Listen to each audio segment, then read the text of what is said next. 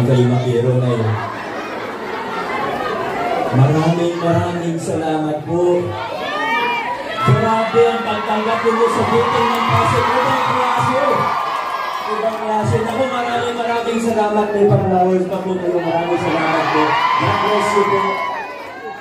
Maraming salamat. Alam nyo, aminin ko po sa inyo, nung papunta po kami dito kanina umaga, alam naman namin na magiging masaya tayo. Kasi lagi naman po, kung pupunta kami sa Magpayo, kami nibisita namin kayo. Kasayahin naman talaga mga lalaga rito. Pero, aminin ko po sa inyo, hindi namin in-expect na ganito kasaya, ganito kataas ang energy. Grabe!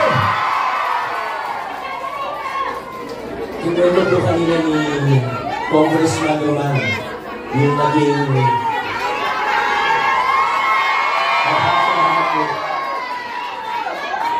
Teka lang.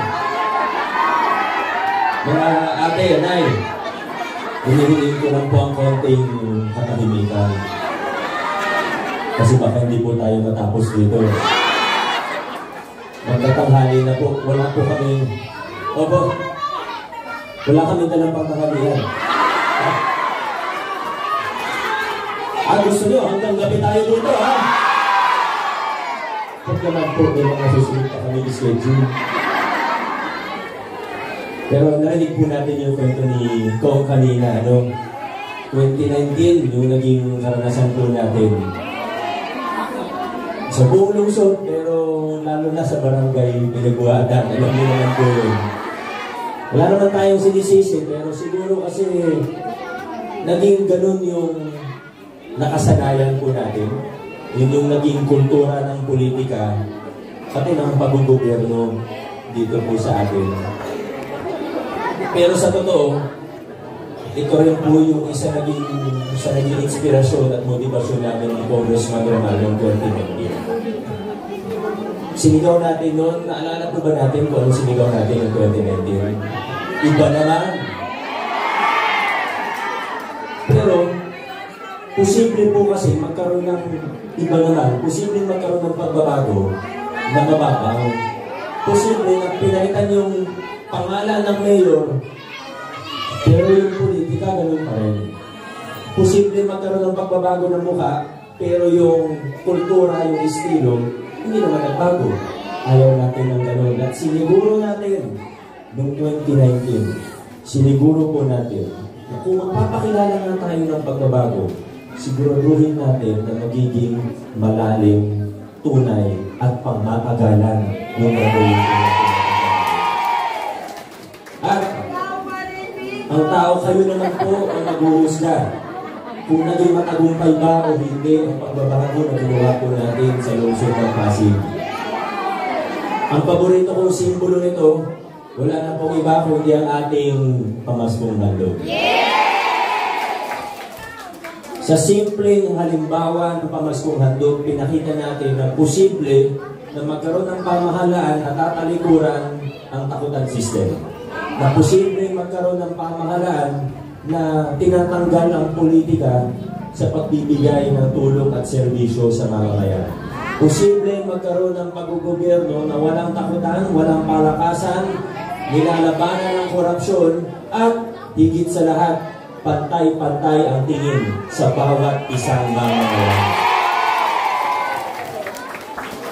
At kung paboritong simbolo natin ang pamaskong handog, siyempre magandang pag-usapan din natin yung iba pang mga ginawa natin. Paano ba natin tinanggal ang takutan, palakasan, korupsyon, para maging mas maganda pa ang serbisyo at para mas marami pang makinabang sa mga programa ng ating pamahalaan.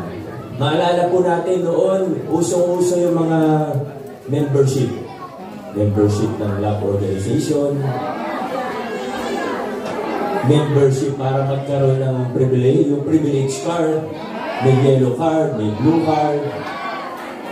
At pag meron kang card na gano'n, mas maganda yung benepisyo na makuha, nagiging prioridad sa mga pasilidad ng gobyerno. Pwede ka pumunta sa ospital at malilibre ka. Pag December, meron ka pang cash gift kung ikaw po ay senior at meron kang blue card, privilege card. Noong 2019, tinanggal ko po yung mga card na yan.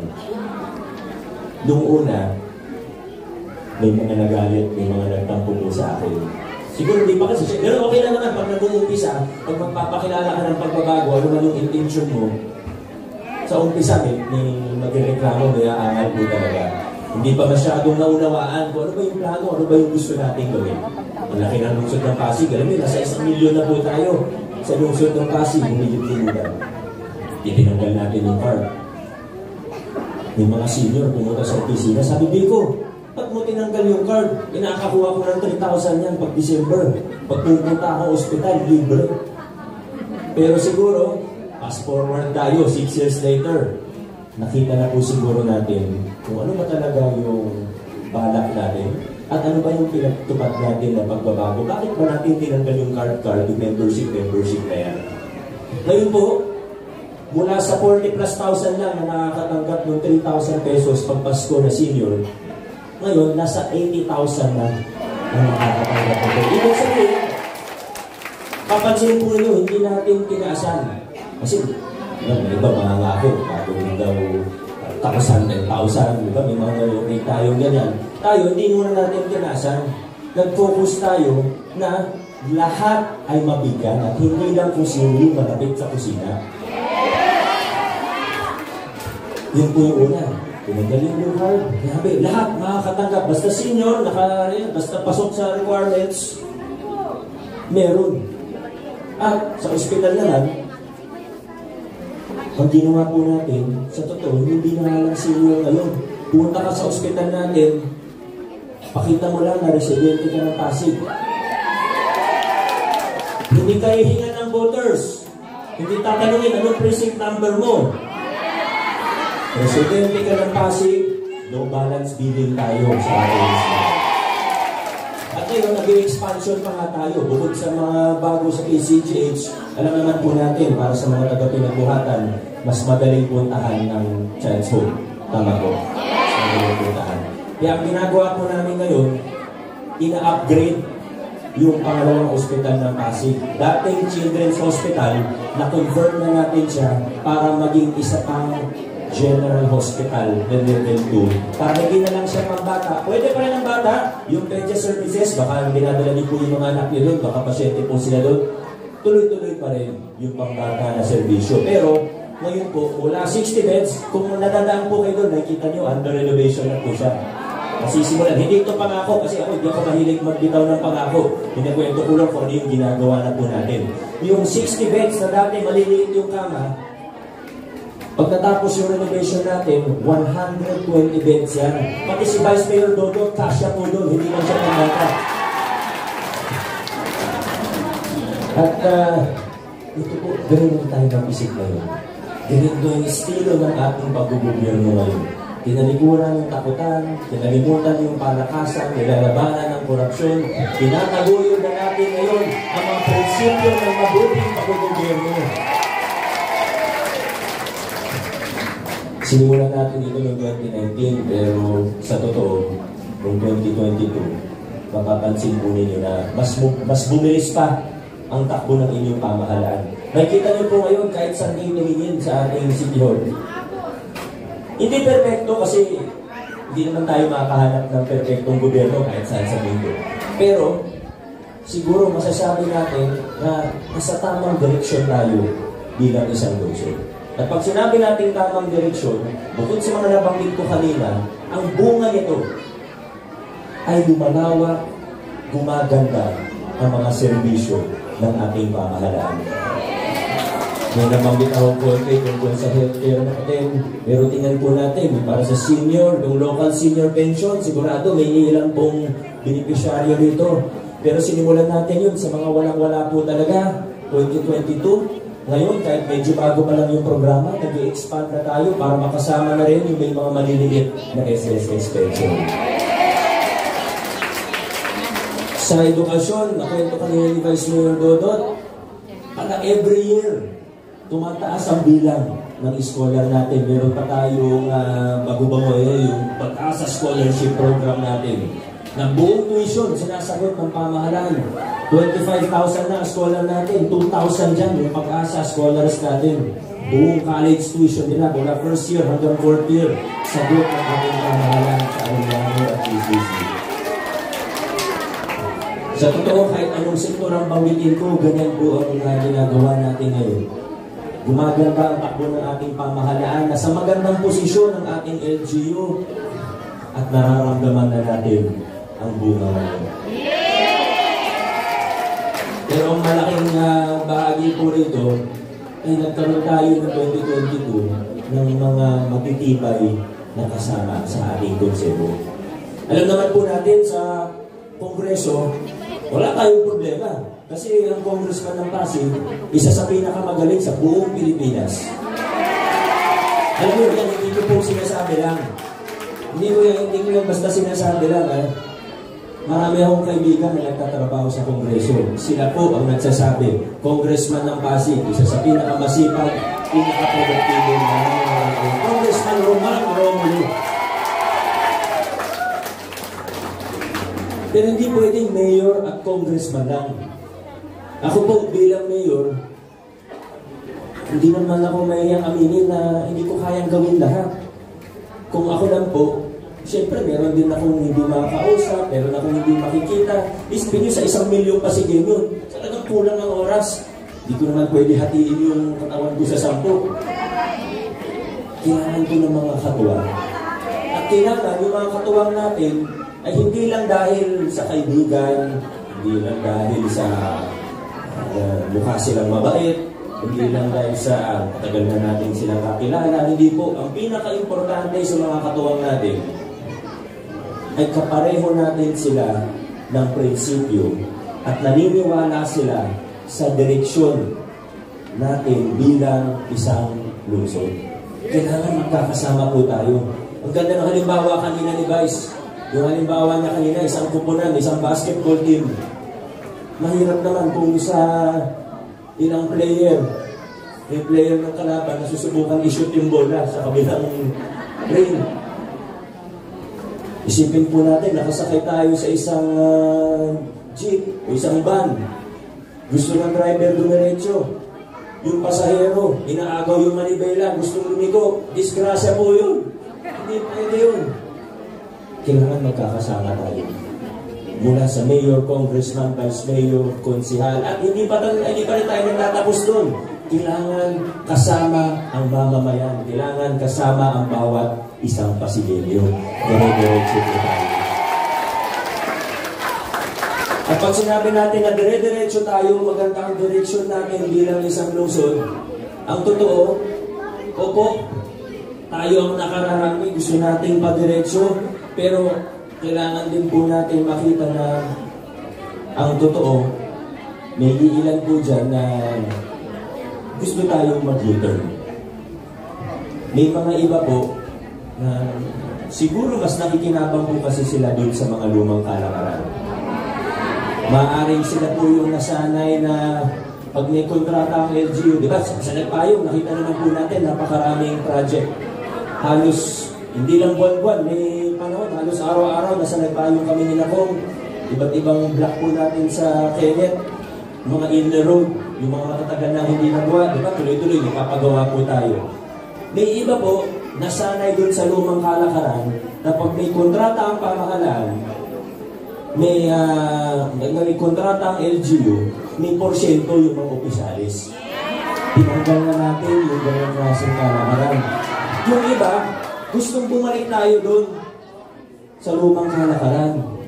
Sila yung may mga nilalakad na pogo, legal na sugal. Sila yung mga humihingi ng porsyento sa mga kontratista ng gobyerno. Or, baka sila yung kontratista ng mamahalaan doon. Hindi dumadaan sa tamang proseso.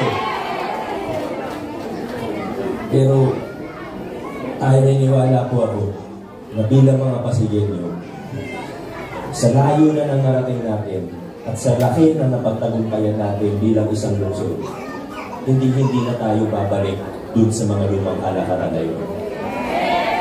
Kasama ang ating congressman, vice mayor at mga konsyal, sigurado po ako na sa susunod na 3 taon, mas marami pa tayong magagawa. Pag-iipin pa natin ang sinungalan.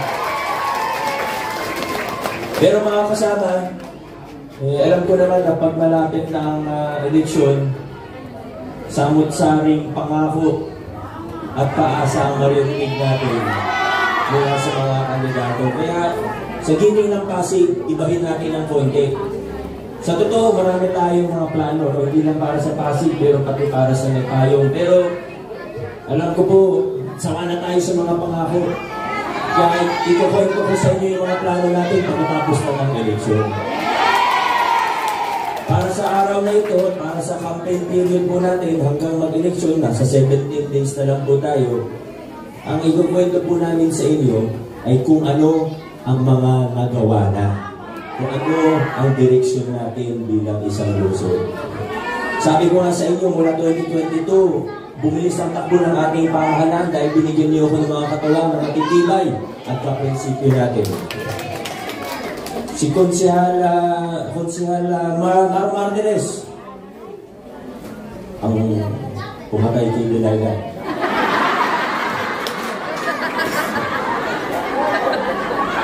Tumulong po yan sa atin. Alam niyo po ginawa nila sa Committee on Appropriation.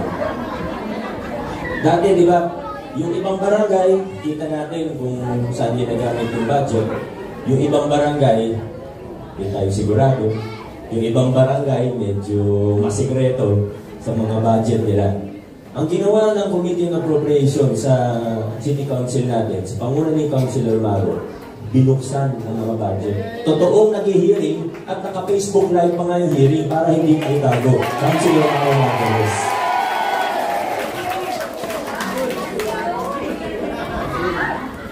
Marami rin po tayong natulungan sa pagpapakuryente o pagpapakabit ng Meralco na legal at hindi delikado. Ibig sabihin, ligtas.